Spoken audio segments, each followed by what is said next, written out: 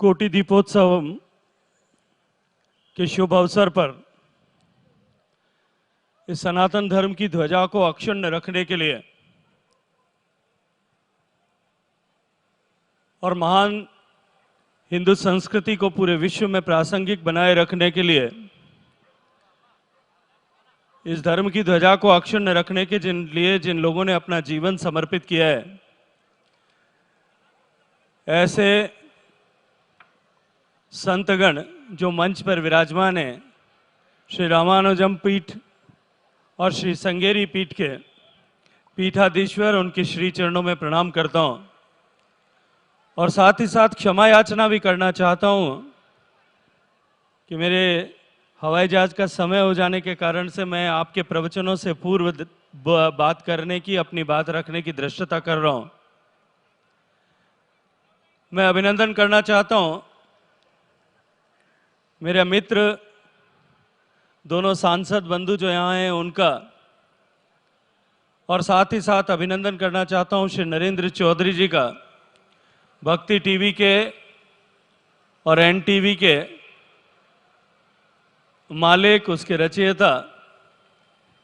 कि उन्होंने मुझे इस कोटि दीपोत्सव के अवसर पर आकर आज कार्तिक की इस सोमवार के दिन श्री कालहस्ती स्वामी और मां जगदंबिका के इस शुभ कल्याणकोत्सव के अवसर पर न केवल दर्शन करने का सौभाग्य दिया, अपितु आप सबका भी दर्शन करने का सौभाग्य दिया है। मैं बहुत सारा अभिनंदन करना चाहता हूं मेरे इन तीनों मित्रों का, और साथ ही साथ अभिनंदन करना चाहता हूं आप सबका भी कि इस विशाल जन्मदिनी को देख करके मैं अभिभूत हूं। मैं कल्पना भी नहीं कर सकता था स्वामी, जब मुझे बताया गया था कि इस कार्यक्रम में आपको जाना है, लेकिन मैं देख करके कि जिस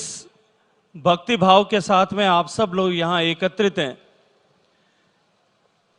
ये भावना ही निश्चित रूप से हमारे इस महान धर्म को, इस संस्कृति को, जैसा कहते हैं कि हमारे साथ में जितनी भी धर्म और संस्कृतियों का उदय हुआ था, विश्व में उन सब का विनाश हो गया। काल के प्रवाह में वो सब बह गई, केवल और केवल सनातन धर्म बचा, और वो जिस कारण से बचा कि ऐसे धर्म की ध्वजा को अक्षुण्ण रखने के लिए अपना जीवन समर्पित करने वाले लोगों के कारण से, और आप जैसे ऐसे लोग जिनके हृदय में इस संस्कृति के प्रति, इस धर्म के प्रति जो आस्था का भाव है वो अक्षुण्ण रूप से विराजमान है। हमने अभी आज सबने इस भगवान महाकाल के साक्षी में जिस पूजा का हम सब ने साक्षात्कार किया, भगवान महाकाल जो अजन्मा है, जो देवाधिदेव है, जो शमन का प्रतीक है, मैं आज इस शुभ अवसर पर इस बात की कामना करता हूं, कल्पना करता हूं, भगवान से आराधना करता हूं कि हम सब के जीवन में भी जो अशिव का तत्व है, उस तत्व का विनाश हो, उस भगवान उस तत्व का शमन करें। हमारे मन में जो द्वैत की डायलेमा है वो समाप्त हो, और हम सब के जीवन में, हम सब के हृदय में शिव तत्व का उदय हो। ऐसी शुभकामनाएं मैं आप सब के लिए प्रेरित करता हूं। लेकिन साथ ही साथ में, क्योंकि इस समय में और भगवान शिव के साथ में प्रासंगिक रूप से जुड़ा हुआ विषय जल है। इस भारत भूमि की प्राण का आधार, हम सब की सांस्कृतिक मानबिंदु मां गंगा, जो भगवान शिव के जटों से निकल करके सागर में, सागर तक प्रवाहित होते हुए देश की लगभग आधी जनसंख्या के जीवन का आधार है, आधे भूभाग का आधार है, और हमारी इस महान संस्कृति का प्राण तत्व है। ये जो जल है, ये मां गंगा का स्वरूप है, ये शिव का स्वरूप है। इस महान उत्सव के अवसर पर हम सब लोग भी, जो लाखों लोग आज यहां आप उपस्थित हैं, और 15 दिन में, आने वाले समय में कुल 15 दिन में जो लाखों लोग यहां सब आएंगे, मैं कामना करता हूं कि आप सब लोग भी इस शिव के अंश, शिव के तत्व, जल के संरक्षण के लिए अपने जीवन में संकल्पबद्ध होकर के काम करेंगे। दुनिया में जिस तरह से एक बड़ी चुनौती बनकर के जल का विषय उभरा है, और भारत, क्योंकि हम दुनिया की दूसरी सबसे बड़ी आबादी वाला देश होने के साथ साथ में हमारे यहाँ जल सीमित मात्रा में, और ऐसी विडंबना है कि जिस देश में प्रत्येक ऐसी व्यक्ति वस्तु जो देती है, जो दाता है, उसे देवता के रूप में पूजा गया। हमने सागर को भगवान के रूप में और नदियों को देवियों के और देवताओं के रूप में जो है उनकी आराधना की। आराधना का विधान हमारे महान मनीषियों ने, ऋषियों ने किया। लेकिन दुर्भाग्य से आज हमारे जल के जितने भी स्रोत हैं वो दुनिया में सबसे ज्यादा कंटेमिनेटेड सोर्सेज हैं।